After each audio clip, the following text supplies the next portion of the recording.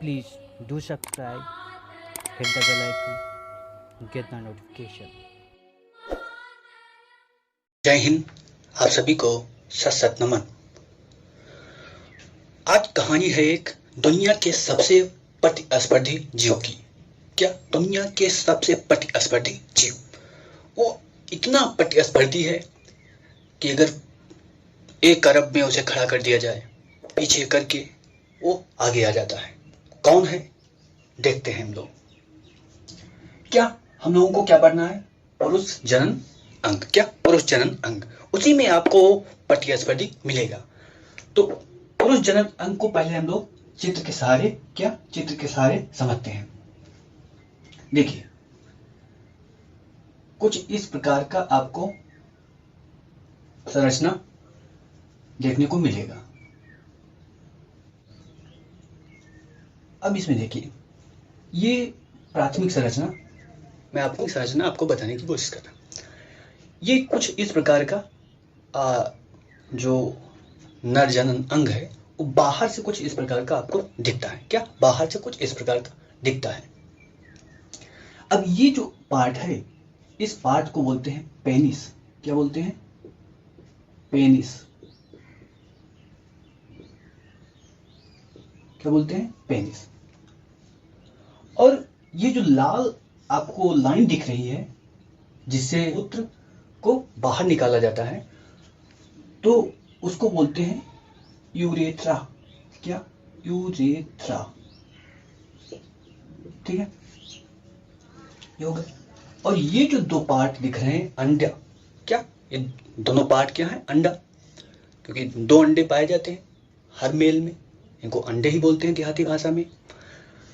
लेकिन इनको हम यहां पर क्या बोलेंगे? टेस्टी। क्या? टेस्टी। ठीक है, टेस्टी। क्या बोलेंगे? टेस्टी। इसको पेनिस, इसको टेस्टी।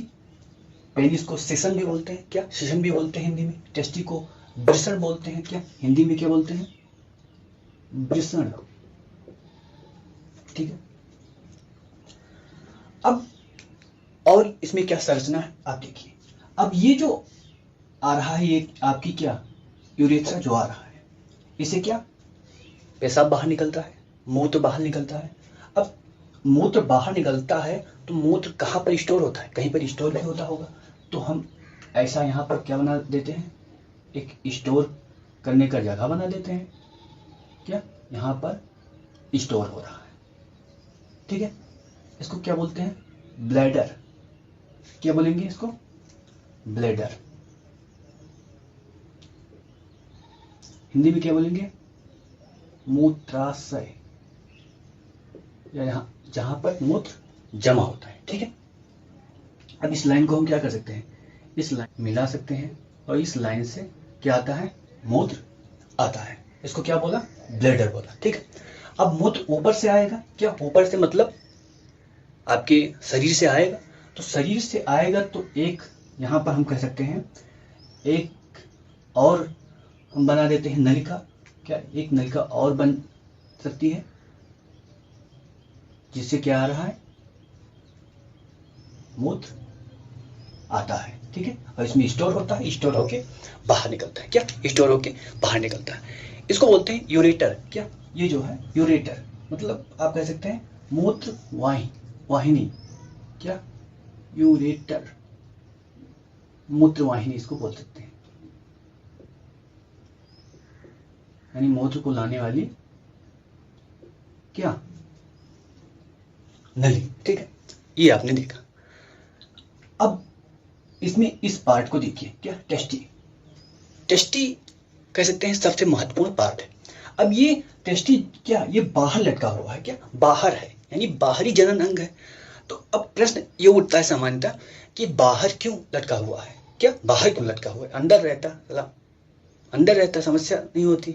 बाहर लटका हुआ है, कभी नंगे हो जाओ तो अरे शर्म लगने लगती है। अगर अंदर होता तो शर्म नहीं लगती।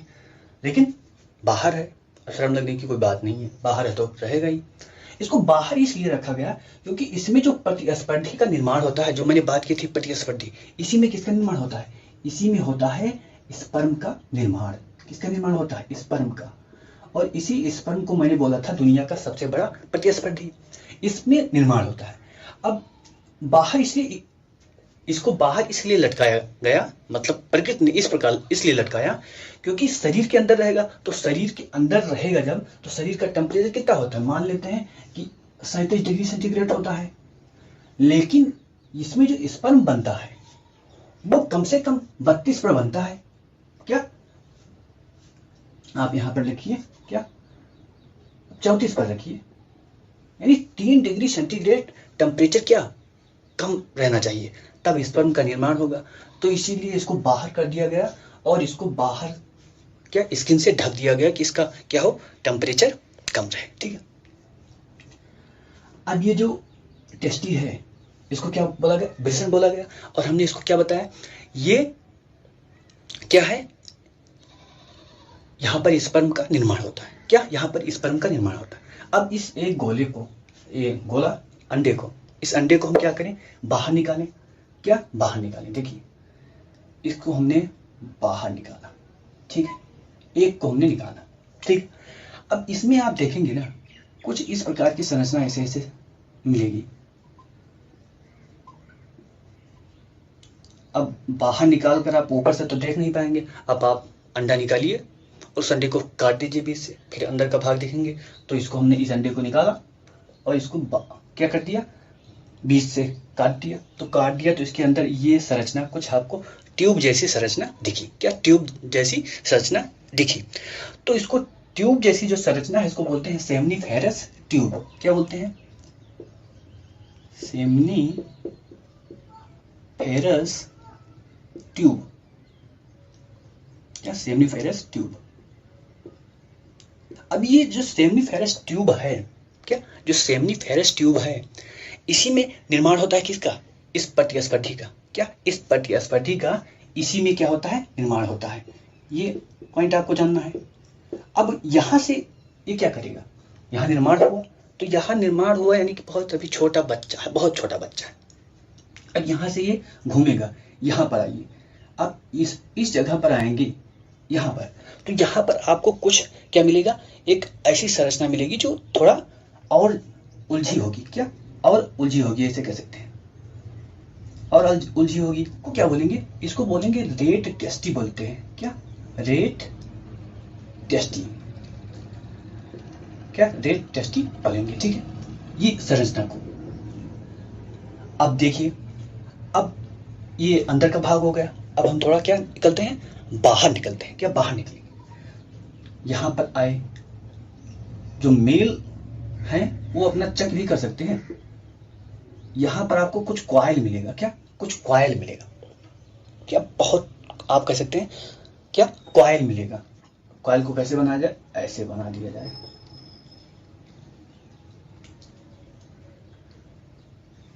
क्या मिलेगा?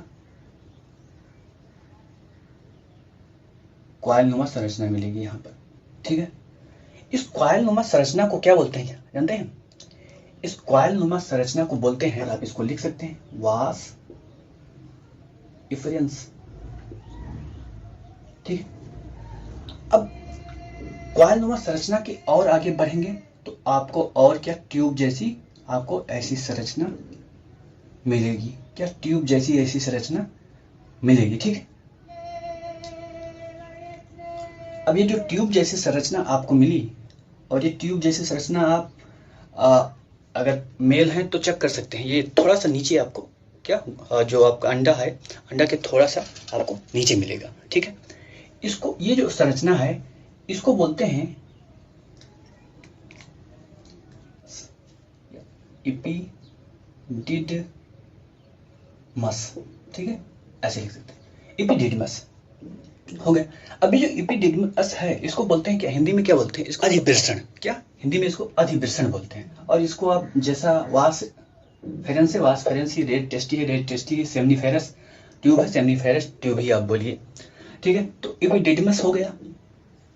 अब यहाँ का यानी कि अंदर का आपने सारा पार्ट जान लिया। क्या? अंदर का आप सारा पार्ट जान लिया, यानी कि ये संरचना पूरा यहाँ पर हो गया। क्या? पूरा यहाँ पर हो गया, ठीक है। अब देखिए, अब यहीं से ये जो एपिडिडमस है यहाँ से एक ऐसे लाइन निकलेगी, क्या एक ऐसे लाइन निकलेगी। तो यहाँ से मैं लाइन निकाल देता हूँ, ये ऐसे क्या निकलेगी, एक नली निकलेगी, लाइन मत कहिए उसको, नली निकलेगी। और ये नली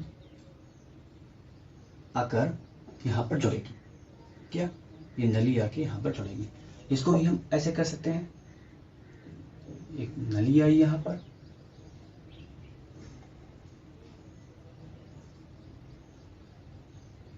और यहाँ पर आकर जुड़ गई, ठीक। अब ये जो नली आप देख रहे हैं, क्या ये जो नली देख रहे हैं, इसको बोलते हैं वास डिफरेंस, क्या वास डिफरेंस। ये आप ध्यान रखना, क्या वास डिफरेंस।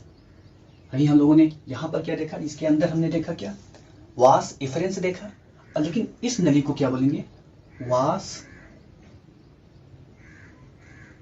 डिफरेंस,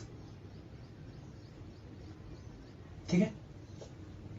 क्या देखा, वास डिफरेंस और वास डिफरेंस, इस नलिका को। अब इसमें इसको भी देख लिया हमने, इसको भी देख लिया, यानी कि दोनों को देख लिया, ठीक है। अब आप देखिए, अब आपका बेसन से संबंधित सारी जानकारी हो गई, क्या बेसन से संबंधित सारी जानकारी हो गई। अब आगे चलते हैं। ये जो स्पर्म है, क्या जो स्पर्म है, ये इसके साथ जब ये इजिकुलेट होता है, क्या जब स्पर्म बाहर निकलता है तो उसके साथ बहुत सा क्या गाढ़ा द्रव आता है, क्या गाढ़ा द्रव आता है। तो स्पर्म का निर्माण तो यहाँ पर हो गया आपकी यहाँ पर, ठीक है। लेकिन वो जो गाढ़ा द्रव है उसका निर्माण कहाँ होता है, क्या उसका निर्माण कहाँ होता है। अब देखिए, अब यहाँ पर आए तो यहीं पर आपको क्या, यहीं पर एक ऐसे एक ऐसा शेप मिलेगा, क्या ऐसा शेप मिलेगा। इस शेप को क्या, इस शेप को बोलते हैं प्रोस्टेट, क्या प्रोस्टेट ग्लैंड्स, क्या प्रोस्टेट ग्लैंड्स, प्रोस्टेट ग्लैंड्स, ठीक। अब प्रोस्टेट ग्लैंड से क्या होता है, स्रावित होता है, क्या गाढ़ा पदार्थ, क्या प्रोस्टेट ग्लैंड से क्या होता है, गाढ़ा पदार्थ क्या होता है, स्रावित होता है। और ये एक बार में आप, जैसे यहाँ पर एक पॉइंट और लिखिए, एक बार में आप जब बीर आप गिराते हैं एक बार में, तो कम से कम 3 से 5 ml, क्या 3 से 5 ml होता है, क्या 3 से 5 ml एक बार में, अगर आप स्वस्थ हैं तो, ठीक है। और इसमें कम से कम 95% क्या होता है, लिक्विड होता है, यानी तरल पदार्थ कह सकते हैं, तरल पदार्थ।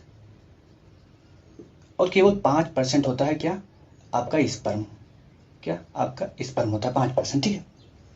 अभी जो 95% है, इसी की बात हम कर रहे हैं, क्या इसी की बात हम कर रहे हैं। अब ये जो प्रोस्टेट है, इस 95% में, क्या इस 95% में कम से कम 20 से 30% यही बनाता है, क्या 20 से 30% यह बनाता है। और ये 20 से जो 30% है, इसका क्या होता है, ये अम्लीय प्रकृति का होता है, क्या अम्लीय प्रकृति का होता है। और अम्लीय प्रकृति के कारण अम्लीय प्रकृति के कारण क्या, जो स्पर्म है उसका क्या होता है, संरक्षण होता है, संरक्षण होता है। और उसको कह सकते हैं पोषण। ये जो बीज आया आपका, ये लिक्विड जो पदार्थ आया, वो इसलिए आता है कि वो जो स्पर्म है उनको क्या दे, एनर्जी दे, क्या उनको एनर्जी दे। और एनर्जी देगा तभी तो वो चलेंगे, क्या तभी तो चलेंगे, ठीक है।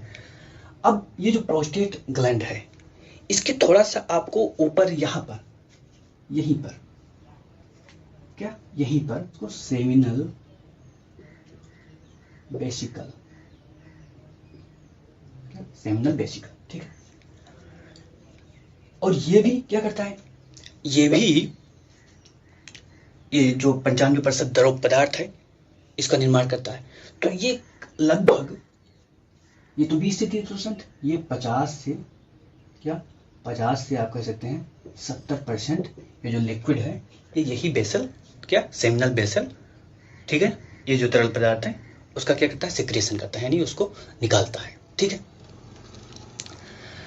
अब एक और ग्लैंड है, यहां पर आपको दिखेगा, बहुत छोटी सी ग्लैंड है, ठीक है, इसको भी देखते हैं। इसको बोलते हैं, ये यहाँ पर क्या है, छोटा सा क्या है ग्लैंड है, इसको क्या बोलते हैं, बल्बो यूरेथ्रल ग्लैंड, ठीक है, या इसको बोलते हैं काउपर, क्या, काउपर ग्रंथि, काउपर, ठीक है। तो काउपर ग्लैंड क्या है, ये भी आपसे पूछा जा सकता है, क्या, ये भी आपसे पूछा जा सकता है। तो काउपर ग्लैंड या बाल्बो यूरेथ्रल ग्लैंड बोलते हैं। ये भी क्या करता है, ये भी क्या करता है, ये जो तरल पदार्थ है इसको बाहर निकालता है, क्या, तरल पदार्थ है इसको बाहर निकालता है। तो तरल पदार्थ का काम मैंने बता दिया, क्या, तरल पदार्थ का काम क्या है, पोषण देना, क्या क्या।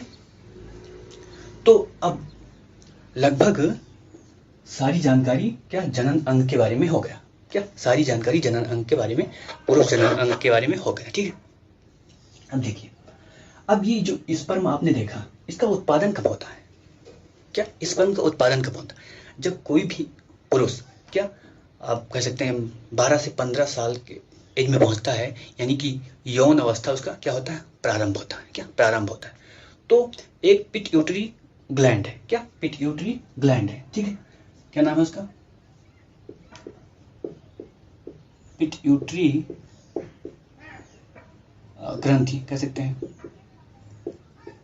तो पिट्यूटरी ग्लैंड जो है वो क्या, हार्मोन्स स्रावित करती है और कह सकते हैं एक संदेश भेजती है। संदेश कहाँ भेजेगा, यहाँ टेस्टी पर। संदेश आएगा कहाँ पर, टेस्टी के पास, कि आपको यह काम शुरू करना है। तो टेस्टी क्या करेगा, टेस्टी क्या करेगा, टेस्टी में दो हार्मोन्स निकलते हैं, क्या, इस टेस्टी में दो हार्मोन्स निकलना शुरू होते हैं। एक हार्मोन्स क्या है, यहाँ पर नाम आप देख लीजिए, यहाँ पर टेस्टोस्टेरोन, क्या, टेस्टोस्टेरोन,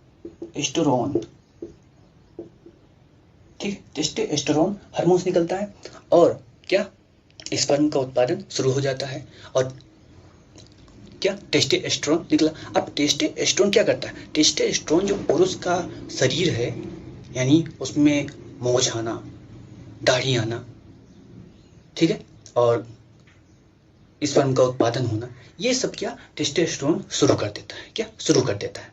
और यहाँ पर ये कोशिकाएं क्या, इसका उत्पादन शुरू कर देती है, ठीक है। और कौन भेजता है, पिट्यूटरी ग्लैंड भेजती है, क्या, सूचना भेजती है, ठीक है। अब यहाँ पर एक दो पॉइंट आपको और ध्यान रखना है। इस टेस्टी में दो कोशिकाएं पाई जाती हैं जिनका मैंने जिक्र नहीं किया। एक होती है लेडिंग कोशिका, एक होती है सार्टोली कोशिका, क्या, हमने स्ट्यू की बात की, कोशिका कुछ एक प्रकार की है, उनको भी देख लेते हैं। क्या, लेडिंग कोशिका किसमें, टेस्टी में पाई जाती है, लेडिंग कोशिका, ठीक है, लेडिंग कोशिका हो गया। और एक कोशिका है सार्टोली कोशिका, सार्टोली कोशिका, ठीक है। अब ये जो लेडिंग कोशिका है, इसी से किस का निर्माण होता है, हार्मोन्स का, इसी से निर्माण होता है। तो क्वेश्चन पूछा जा सकता है किस कोशिका से हार्मोन्स का निर्माण होता है, तो इससे। और ये सार्टोली जो कोशिका है, इससे एक प्रोटीन का निर्माण होता है, उसको बोलते हैं इनहेबिन, क्या, इनहेबिन, एक प्रोटीन है इनहेबिन, इनहेबिन प्रोटीन है। ये क्या करता है, ये स्पर्म को क्या करता है, आप कह सकते हैं निर्माण करने के लिए एक उचित व्यवस्था प्रदान करता है, क्या, उचित व्यवस्था प्रदान करता है, ठीक है। तो ये इतना था किसके बारे में, पुरुष जनन अंग के बारे में। अब देखिए स्पर्म क्या हुआ, निर्माण कहाँ पर हुआ, यहाँ पर निर्माण हुआ, ठीक। अब यहाँ पर निर्माण हुआ, अभी वो छोटा बच्चा है, ठीक है। अब यहाँ से चलेगा कहाँ पर, यहाँ पर आएगा, क्या, रेड टेस्टी के पास आएगा, यहाँ से फिर इस कॉइल में जाएगा, कि इस कॉइल में वास एफरेंस में, वास एफरेंस के बाद यहाँ पर आएगा, क्या, इस पर एपिडेडिमिस में। और ये एपिडेडिमिस जो है ये 6 मीटर की होती है भैया, ये ध्यान रखना, 6 मीटर की। अब इस 6 मीटर में उसको घूमना है, क्या, घूमना है। तो इसमें जब आता है तो वो धीरे धीरे क्या हो जाता है, युवा हो जाता है। यानी उसकी पूंछ जो पीछे हम लोगों ने देखा है क्या, आप यहाँ पर देखिए किस तरह स्पर्म होता है, किस तरह स्पर्म होगा, ऐसे होता है कुछ, ठीक है, ऐसे कुछ स्पर्म होता है, हम लोगों ने देखा है उसको एक वीडियो में। तो अब यहाँ से यहाँ हो गया क्या, युवा हो गया। अब यहाँ से चला, यानी कि ये हम यहाँ देखें, यहाँ से चला, घूमते घामते घूमते घामते घूमते घामते यहाँ पहुंचा।